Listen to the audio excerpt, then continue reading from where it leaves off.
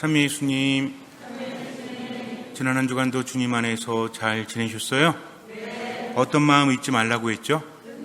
듣는 마음 잊지 마세요. 깊이 묵상하고 듣는 마음으로 하느님 안에 머물면 하느님께로부터 말씀의 힘, 은총의 힘이 내게로 와서 내 마음을 모아주고 그 마음 안에서 많은 기적들이 일어납니다.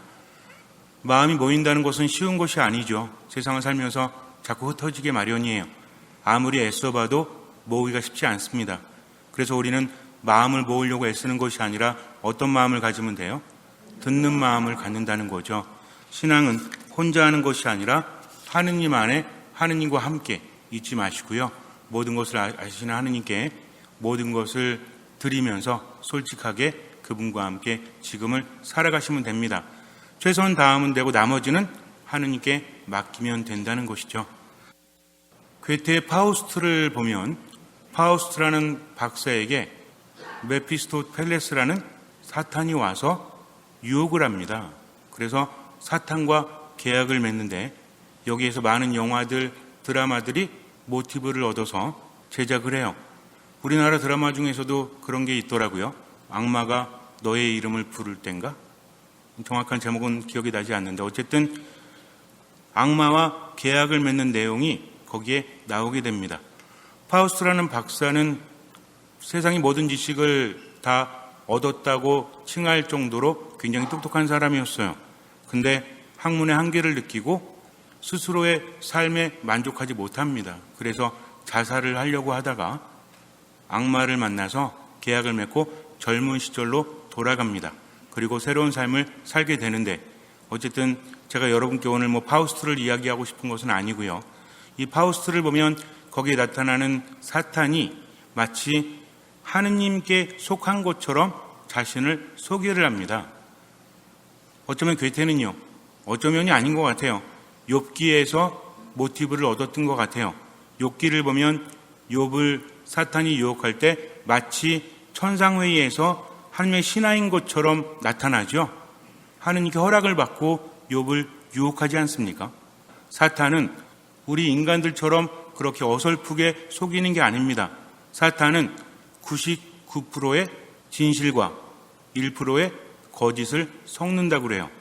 그래서 정말 중요한 것은 속이지만 나머지는 솔직하게 이야기함으로 인해서 우리를 유혹한다는 거죠. 사탄의 유혹구라면 보통 뭐가 떠오르죠? 이쁜 여자가 나타나가지고 막 춤을 추면서 유혹하는 거? 이런 낮은 차원의 유혹을 사탄이 하겠습니까? 사탄의 목적은 과연 무엇일까요? 어떤 젊은 사람이 뭔가 큰 일을 하려고 마음을 먹습니다. 열심히 살아서 가치 있는 삶을 살고 싶었어요. 그런데 돈이 없습니다. 고민하고 있는데 갑자기 눈앞에 어떤 존재가 나타나더니 이렇게 말해요. 네가 원하는 돈을 내가 줄 수 있는데 하면서 말을 흐립니다. 가만히 들어보니까 어디선가 들어본 것 같은 그런 상황이에요. 아니, 당신이 저에게 돈을 준단 말입니까? 나는 너에게 돈을 줄 수 있어. 그런데 무엇입니까? 혹시 제 영혼을 원하십니까? 그랬더니 그 존재가 이렇게 말합니다. 너의 영혼을 어디다 쓴다고 내가 네 영혼을 원하겠어? 나는 네 영혼을 원하지 않아. 하지만 단 한 가지, 네가 행복했으면 좋겠어 라고 말합니다. 제 행복 외에는 아무런 조건도 없습니까? 없어. 그냥 너는 내게 받아서 잘 쓰면 돼. 정말이죠? 정말이야. 그런데 한 가지 넘어야 될 것이 있어. 그것이 무엇입니까? 그랬더니 앞에 조그만 물병 10개를 펼쳐 놓습니다. 그리고 이렇게 말해요.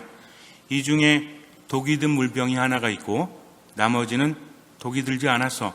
네가 하나를 들어서 마셨을 때 나는 너에게 무조건 돈을 줄 거야. 설사 독이 들어가 있는 것을 네가 듣는다고 할지라도 나는 너에게 줄 거야 라고 말합니다. 어쨌든 하나만 마시면 돈은 내 것이 되는 거죠. 독이 든 물병을 마시면 내가 갖지 못해도 가족들에게 주면 되는 거예요.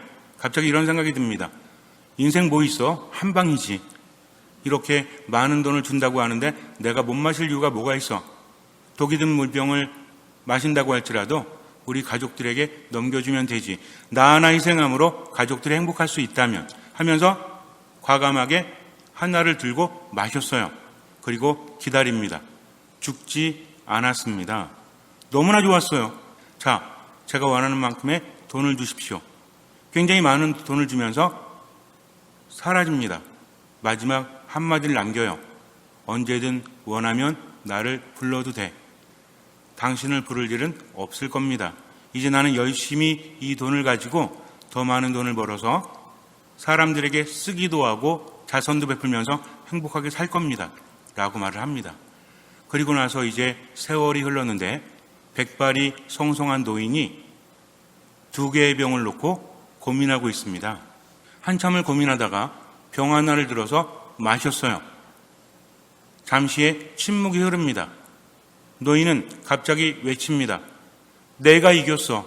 이 병에도 독이 들지 않았어. 하면서 굉장히 크게 웃어요. 그랬더니 앞에 있던 존재가 이렇게 말합니다. 원래 독은 들어있지 않았어. 아니 그렇다면 왜 그런 말을 했습니까? 재밌잖아. 어쨌든 너는 돈을 가졌으니 된 거잖아. 그런데 너는 중요한 것을 잃어버렸고 나는 그것을 가졌어. 그것이 무엇입니까? 혹시 내 영혼이 아닙니까? 분명히 당신은 내 영혼을 원치 않는다고 했죠. 네 영혼을 원치 않아. 나는 너에게 황금을 주고 너의 지금을 빼앗았거든. 이렇게 말하면서 사라졌다라고 합니다. 그는 고민을 했어요. 내가 여태까지 살아오면서 도대체 지금을 잃어버렸다는 말이 어떤 의미인지. 가만히 삶을 돌이켜보니까 여태까지 살아오면서 스스로 원했던 삶, 가치 있는 삶, 행복한 삶. 그래서 돈을 많이 벌어서 나도 행복하고 다른 이들도 행복하게 해주어야 되겠다 라고 마음을 먹었었는데 계속 미루어 왔다는 거죠. 돈은 많이 가졌지만 한순간도 진정한 행복을 느껴본 적이 없는 것 같아요. 자, 이 노인은 어떻게 됐을까요? 심각하게 들으세요, 이렇게. 어떻게 됐을 것 같으세요? 여러분들이 결말을 지어야 합니다. 아직 기회가 남았을까요? 남지 않았을까요? 남았을까요? 남지 않았을까요? 사탄의 유혹이란 바로 이런 것이죠. 분명히 다음에 그렇게 할 거야. 나는 그렇게 할 거야. 하면서 무엇을 까먹습니까? 지금을 까먹는다는 거죠. 인간의 삶이라는 것은 어떻게 행복하죠? 결핍을 느낍니다. 뭔가를 가지고 나면 그 다음에 어때요? 더 많이 가지려고 하죠. 어떤 것을 가졌을 때 행복하다는 느낌이 얼마나 가죠? 1억이 모이면 얼마나 좋을까? 1억을 가지면 1억을 가졌다는 기쁨보다는 2억이 없다라는 부족함을 느낍니다. 2억을 가지면요? 2억 가졌더니 어때? 예전에는 이 주변에 있는 조그만 시골 동네 아파트만이라도 있었으면 좋겠다고 생각을 했어요. 근데 2억, 3억, 5억을 가지니까 어때요? 저기 강남에 아파트 하나는 가져야 되는 거 아니야? 그래서 그걸 가집니다. 사람이 집만 있으면 살아요? 건물도 한 채 있어야지 10억을 바래요. 10억이 생기면 어때요? 내 주변에 어울리는 사람들은 50억이 있는데 50억은 있어야지. 50억 되면 어떻습니까? 요 조그만 빌딩이 재산이야? 호텔 하나 있어야지 하면서 100억을 바라보게 된다는 거죠. 우리 안에 있는 결핍이 계속 뭔가를 추구하게 만드는 충동입니다. 사탄이라는 존재는 없는 것을 말하지 않습니다. 있는 것을 말합니다. 그러면서 우리를 충동질하죠. 우리는 이렇게 생각을 합니다. 우리 영혼을 사탄이 가져간다고. 사탄이 어디다 쓰겠습니까? 사탄의 목적은 우리 영혼을 자기가 갖는 것이 아닙니다. 사탄의 목적은 무엇이죠? 하느님으로부터 멀어지게 하는 겁니다. 인간은 하느님께로부터 나왔기 때문에 하느님 안에 머물 때 진정한 평화와 행복을 누릴 수 있다는 거죠. 사탄은 인간을 유혹합니다. 방해하는 자, 거짓을 말하는 자, 회방을 놓는 자. 그래서 하느님 안에 머물지 못하도록 인간을 끌어내린다는 거죠. 우리 영혼을 소유하기 위해서가 아니라 하느님 안에 머물지 못하게 합니다. 그럼 인간은 어떻게 되죠? 죽습니다. 영원히 죽을 뿐만 아니라 살아서도 행복을 누리지 못한다는 거죠. 사탄은 인간을 소유에 묶이게 해요. 소유에 묶인 인간은 다른 것을 바라보지 않습니다. 자꾸만 어떻게 해요? 못돼지는 게 아닙니다. 나중에 그렇게 하면 되지. 내가 사랑하는 거, 다른 사람을 위해서 베푸는 거 언제 하면 돼? 내일 하면 되죠. 내년에 하면 되죠. 하면서 자꾸만 밀어놓으면서, 그리고 어때요? 소유를 주면서 또 어떻게 합니까? 아예 없으면 자유로워. 그런데 있으니 어때요?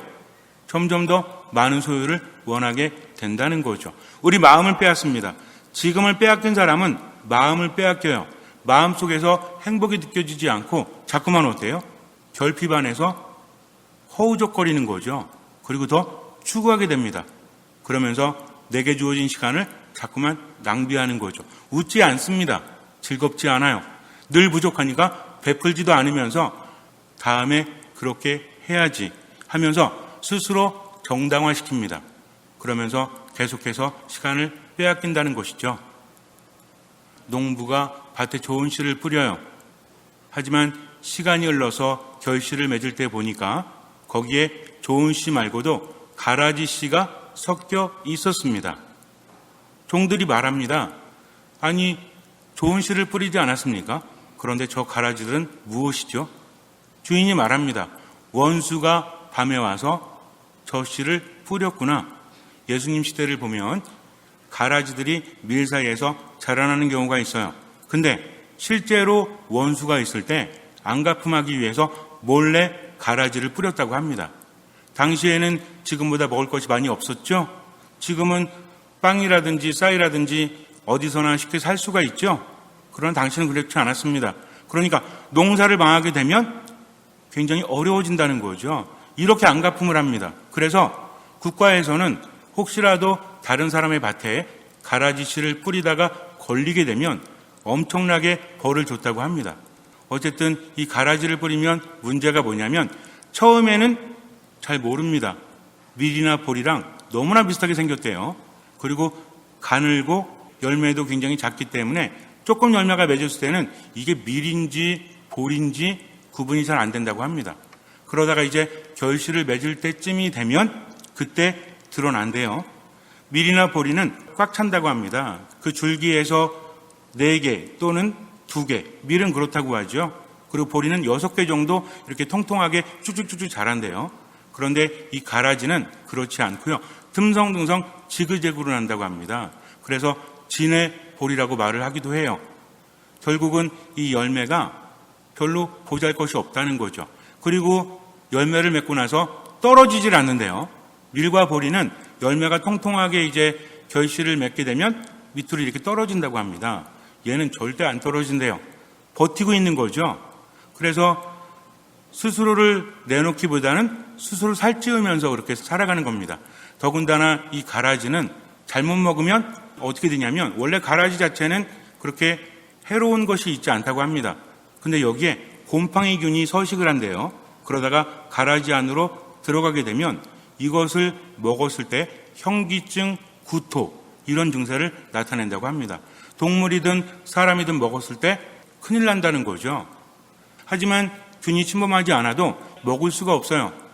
그리고 이것이 혹시라도 밀이나 보리에 섞이게 되면, 특히 밀에 섞이게 되면 맛을 굉장히 쓰게 만들고 안 좋게 만든다고 합니다. 그래서 백해무익한 거죠. 그래서 보통 이제 농사를 지을 때 어느 정도 열매가 맺었을 때 가만히 보면 이게 보인대요. 어떤 건 밀이고 어떤 건 보리고 어떤 건 가라지다 그래가지고 그때 뽑아낸다고 합니다. 근데 이 주인은 뭐라고 합니까? 뽑지 말라고 하죠. 여기서 사람들은 이해가 잘 되지 않았어요. 왜냐하면 굉장히 중요한 의미가 담겨져 있기 때문입니다. 이 주인은 일반적인 농사법을 말하고 있는 것이 아닙니다. 추수 때가 되어가지고 다 걷어내잖아요. 그러면 그때 분간하기가 쉬워요, 안 쉬워요? 물론 쉽긴 하지만 나누기가 굉장히 어렵다고 합니다. 이미 다 이렇게 베고 난 다음에는 이렇게 나누고 이렇게 나누는 거 어려워요. 그래서 어떻게 하냐면 열매가 맺어졌을 때 딱 보면 눈에 띄잖아요. 그때 뽑는 겁니다, 이렇게. 근데 이 주인은 뽑지 말라고 합니다. 예수님께서 말씀하신 비유는 심판에 대한 내용이죠. 아직은 밀인지 가라지인지 알 수 없지만 마지막 날이 되면 어떻게 될 거다? 가라지는 다 모아져서 태워질 것이다. 밀은 곡간으로 들어갈 것이다. 세상을 살면서 아니 하느님 어디 계신 거야? 세상에 이렇게 악이 판치고 있고 악인들이 있는데 정의로우신 하느님 어디 계신 거야? 라고 걱정할 필요가 없다라는 거죠. 하느님께서는 모든 것을 아시기 때문에 결국 마지막 심판 때에 선인과 악인을 나누고 악인들은 하느님 나라에 들어가지 못한다는 거죠. 그렇게 보니까 이 복음의 내용은 무서운 겁니까? 무섭지 않은 겁니까? 무서운 거예요. 마지막에 그렇게 심판하겠다는 거죠. 하지만 조금 더 뒤집어 보면 그렇지 않습니다. 왜냐하면 아까도 말씀드렸잖아요. 분명히 일반적인 농사법은 무엇이다? 열매가 맺어졌을 때 다 뽑는다고 했죠. 근데 그러다 보면 뭐까지도 뽑힐 수 있죠? 밀까지도 뽑힐 수 있다는 겁니다. 이 주인은 그걸 원하지 않아요. 분명히 경제적인 이야기는 아닙니다. 왜냐하면 나중에 일꾼들이 하나하나 이렇게 되면 뭐가 더 들어요? 인건비가 더 들지. 요즘에 어때요, 여러분들? 집을 짓거나 뭐 할 때도 어때요? 인건비가 많이 들죠. 우리 성당도 이 그림들 이런 거 사실은 그렇게 가격이 높지 않아요. 뭐가 많이 들어요? 인건비가 많이 드니까 누가 했어요? 상임위원들이 도배 다 했지. 인건비가 되게 비싸요. 유럽 같은 데 가면 성당들이 굉장히 크죠? 굉장히 아름다워요. 요즘에 이런 거 짓기가 어렵습니다. 왜 그런지 아세요? 기술이 발달하지 않아서? 아니에요. 인건비가 옛날에 비해서 엄청나게 비싸기 때문에 그래요. 그렇다면 밀 조금 잃어버린다고 할지라도 뽑으면 되지 않습니까? 근데 이 사람은 일반적인 농사법을 하지 않는다는 거죠. 경제적인 개념이 아닙니다. 밀 하나라도 뽑힐까봐 두렵다는 거죠. 이것이 누구의 마음이다? 하느님의 마음이라는 거죠. 그리고 당시에는요, 오히려 이거하고 반대였습니다. 왜냐하면 이스라엘이 로마의 지배를 받았죠. 그러다 보니까 유다인들은 누굴 기다렸어요? 메시아를 기다립니다. 메시아를 기다리면서 유대인들의 마음속에 늘 박혀있는 거 있죠? 이들의 머릿속에 늘 존재하는 게 있습니다. 뭘 이들은 중요하게 여기죠? 이방인들하고 섞이는 거 되게 싫어하죠? 왜 그래요? 우리는 하느님께 선택받은 순수한 민족이기 때문에 순수 혈통, 순수 민족을 굉장히 중요하게 여긴다는 거죠.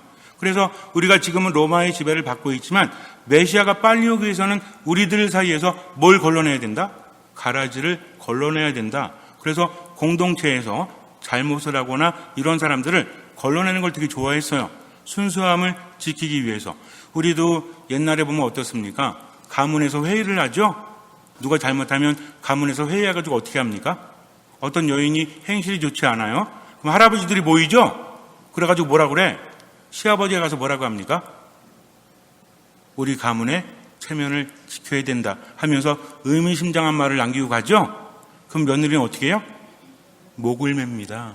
이런 드라마나 영화 옛날에 있었죠? 지금 혹시 시아버지가 우리 가문을 위해서 그러면은 얘기 안 할게요. 어쨌든 다릅니다. 그래서 우리가 그걸 보면서 뭘 느낍니까? 어쩌면 가문의 사람들이 모여서 자기 가문을 지키기 위해서 때로는 사실이 아닐지라도 희생을 강요할 때 있죠. 우리나라에 뭐가 많아요? 연료문이 많죠? 연료문은 언제 세워지는지 아세요? 언제? 죽어야 세워지는 겁니다. 웬만하면. 자기가 죽음으로 인해서 가문에 연료문이 생길 때 어떻습니까? 그 이면에는 굉장히 슬픈 일이 있다는 거죠. 그러나 예수님 뭐라고 하십니까? 그렇게 하지 않는다. 예수님은 어떠셨습니까? 죄인들과 어울렸죠? 세리들과 어울렸죠? 근데 어울리면 어떻게 되는 거죠? 어울리면 부정해지는 겁니다. 그래서 유다인들은 어울리려고 하지 않아요. 하지만 예수님은 어울린다는 것이죠. 예수님의 이 말씀을 우리가 잘 알아들어야 돼요. 그분은 기다리신다는 겁니다. 이 비유는 처음부터 밀과 가라지가 나뉜다는 것에 초점이 맞춰 있는 것이 아니라 지금은 모른다. 그러나 나중에는 드러나게 마련이다. 그러니 듣고 어떻게 해라? 예수님 늘 뭐라고 하십니까? 들을 귀가 있는 사람은 깨달으라고 하십니다. 결정론을 말씀하시는 게 아니에요. 예수님의 예화는 노력해서 좋은 쪽을 선택하도록 해라 라고 하시는 말씀이죠. 저주받을 것이다. 너희는 어떻게 될 것이다. 하시는 내용도 뭐예요?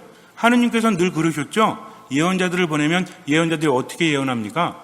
야, 니네 이렇게 하면 어떤 일이 벌어져 가지고 하느님께서 너희에게 벌을 내리실 거야 하면서 뭘 요구하죠?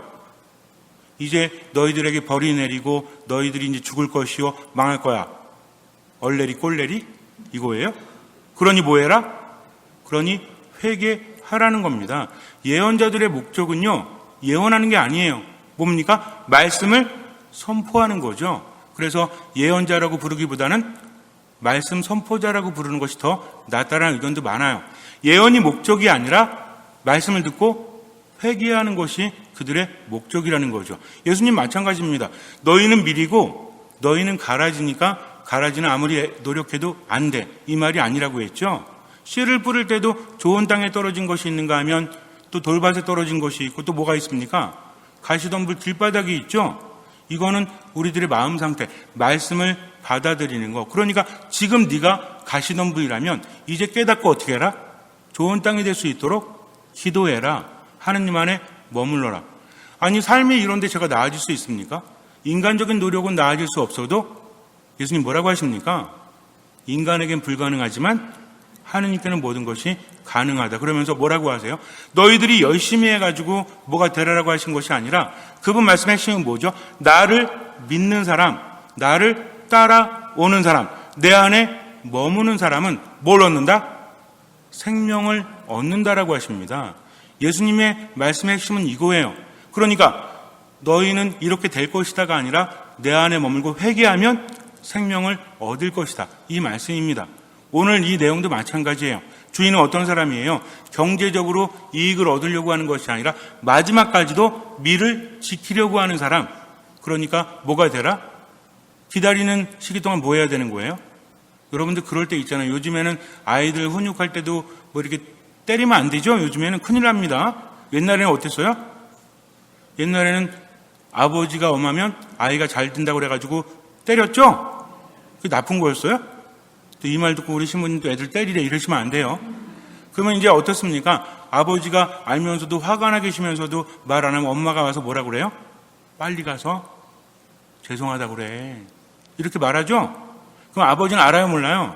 그럼 아버지가 기다렸다 때리려고? 뭘 주는 겁니까 지금? 기회를 주는 거죠? 근데 이놈의 아들내미는 뭐야? 고집을 부려요 또. 엄마는 어때? 또 집안 뒤집어지겠구만. 빨리 가서 아빠한테 잘못했다고 그래.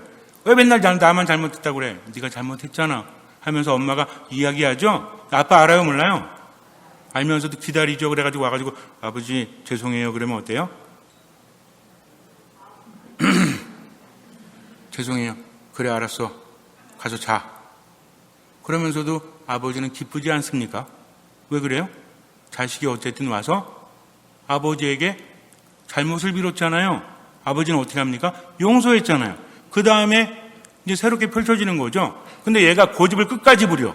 그 아버지는 어때요? 잘 됐어 오늘. 내가 스트레스 그동안 쌓였는데 너 고집 부렸지? 일로 한번 타작 한번 하자 그래요? 이게 마음이에요? 아니라는 거죠. 정말 중요한 것은 하느님께서는 기다리시지만 결국은 무엇이다? 심판을 받고 심판을 받지 않는 것은 우리들의 선택이라는 거죠.